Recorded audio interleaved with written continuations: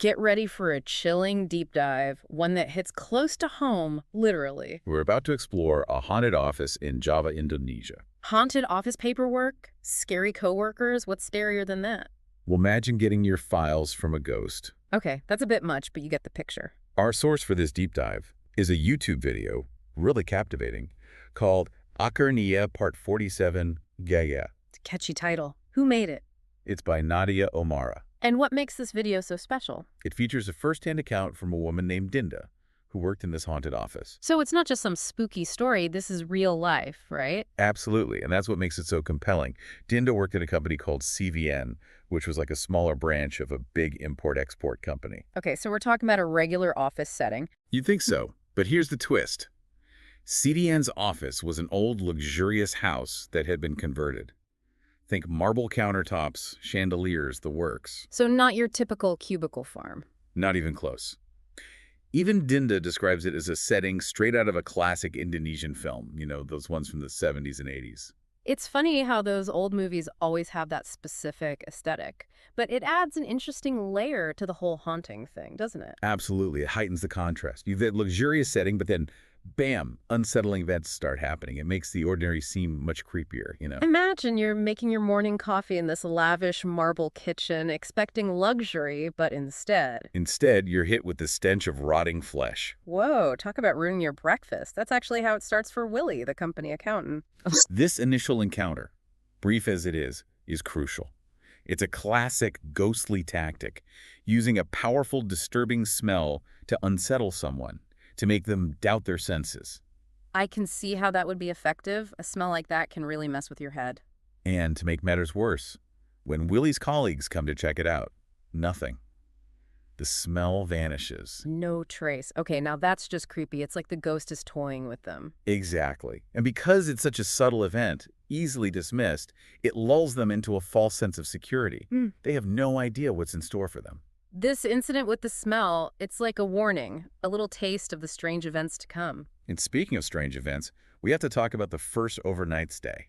That's when things really take a turn. Oh, here we go. The overnight stay. It's always when the creepiest stuff happens in these stories. Right. And what's interesting is that working late was pretty common at CVN, so it wasn't unusual for them to be there at odd hours. So what happened on this particular night? A massive rainstorm hit. I'm talking torrential downpour, flooded streets, the whole 9 yards. Dinda, her sister Irina, Willie, and a few other colleagues were basically stranded. With nowhere else to go, they decided to just crash at the office, right? Yep. Seemed like the only logical option at the time. Little did they know they were stepping into a whole other level of creepy. Because they weren't alone, were they? Not at all. See, Albert, one of their colleagues, had this sensitivity to the other side. He could sense things that others couldn't. Hold on, so Albert's like the resident psychic. That's never good in a haunted house. And you're right to be worried. Because that night, while everyone else slept peacefully, oblivious to the danger lurking in the shadows, Albert saw something truly unsettling. Oh no, this can't be good. What did he see? So, picture this. Everyone's out asleep, and Albert sees a figure, a tall figure with long flowing hair. Yikes. This wasn't just a glimpse, a shadow playing tricks on the eyes. This was a full-blown apparition draped in a red robe, and get this, it was just watching them sleep. Talk about creepy. Can you imagine if you woke up and saw that? I'd probably scream. But that's the thing, right? Everyone else is totally clueless, sound asleep, while this creepy figure lurks around. That's what makes these stories so unsettling. It's like you never know what's really going on behind the scenes. Exactly. And it plays into that fear of the unknown. We think we're safe in our beds, in our homes, but what if something else is there, watching us, and we don't even realize it? Okay, now you're just trying to freak me out, but I get your point. It's that feeling of vulnerability, right? Precisely. And in this case, it's not just a random fear. This entity, whatever it was feeding off that vulnerability, testing its boundaries. It's a classic haunting tactic, starting slow, building up the tension, making people doubt their own sanity. It's like that saying, the monster you know is less scary than the one you don't. Exactly. And in Dinda's story, that monster, it just kept up in the ante. So what happened next? Did things escalate beyond the creepy watching figure? Oh, definitely. Things went from, did I just smell something rotten, to, what in the world is going on here? Lay it on me. What kind of weirdness did they experience? Well, it started with little things, like a calendar suddenly falling off the wall. Okay, that's happened to me before, but never in a haunted office, so maybe not that weird. Maybe not on its own. But then there's the case of Kenny, a colleague of Dinda's. What about Kenny? So Kenny tells his colleague, Troy, that he's running out for a quick errand. They even have a whole conversation about it, but then Then what? Kenny vanishes. Poof. What? Gone. No way. Seriously? Seriously. They checked the security footage. Nothing. No sign of Kenny leaving the office. Wait, so he just disappeared into thin air? That's what it seemed like. But here's the kicker. A while later, Kenny reappears, acting as if nothing happened. Okay, now that is just strange. It's like some kind of glitch in the Matrix. Tell me about it.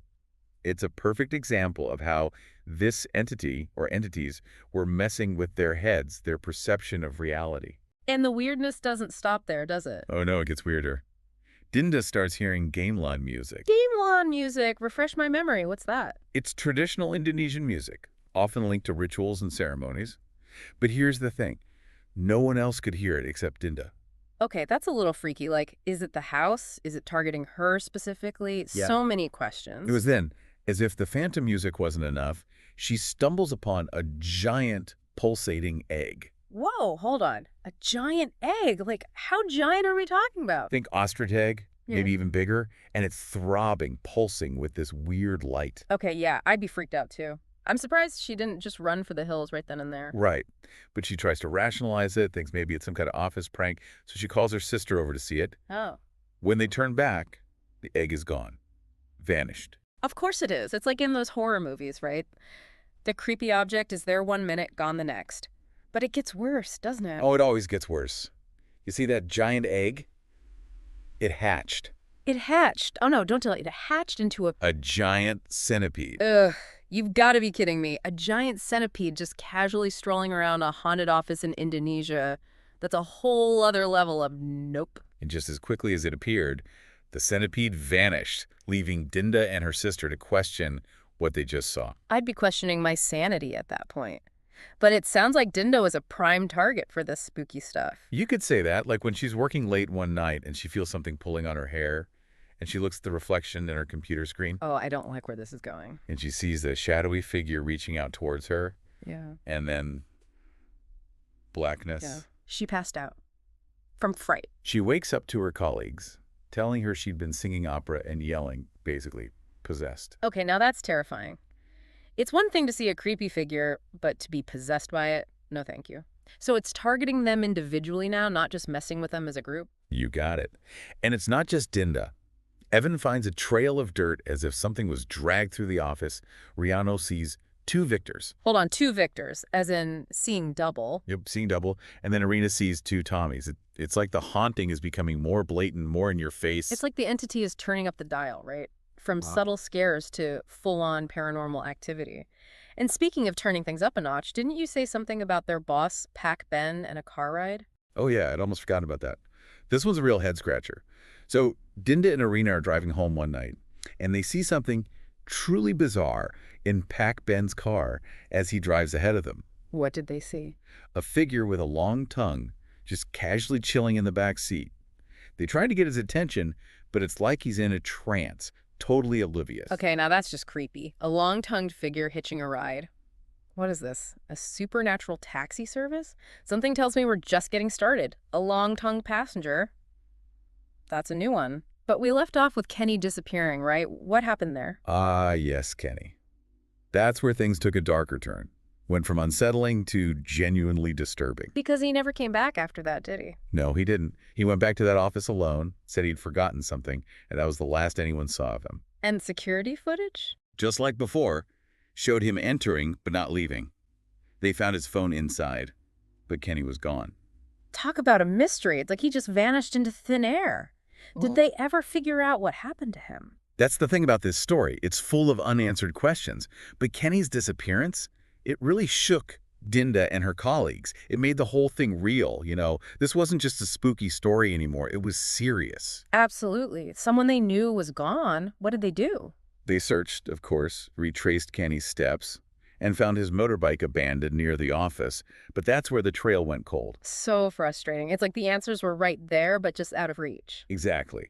And it's around this time they meet a neighbor, Pac Simon, who adds another layer to the mystery. What did Pak Simon have to say? He claimed he never saw any activity at the office, which is strange considering they were there at all hours. He even mentioned that the house had a previous resident who moved out after only a week. Ooh, that's never a good sign, is it? Makes you wonder what they experienced. Right, it's like this house had a reputation, a darkness that lingered. And just when it couldn't get any creepier, their driver, Pak Tomo, he finally opens up about the office's history, right? Yes. It turns out, Pak Tummo knew a lot more than he was letting on. He revealed that the house was once used for black magic by a woman named Ni Suwon.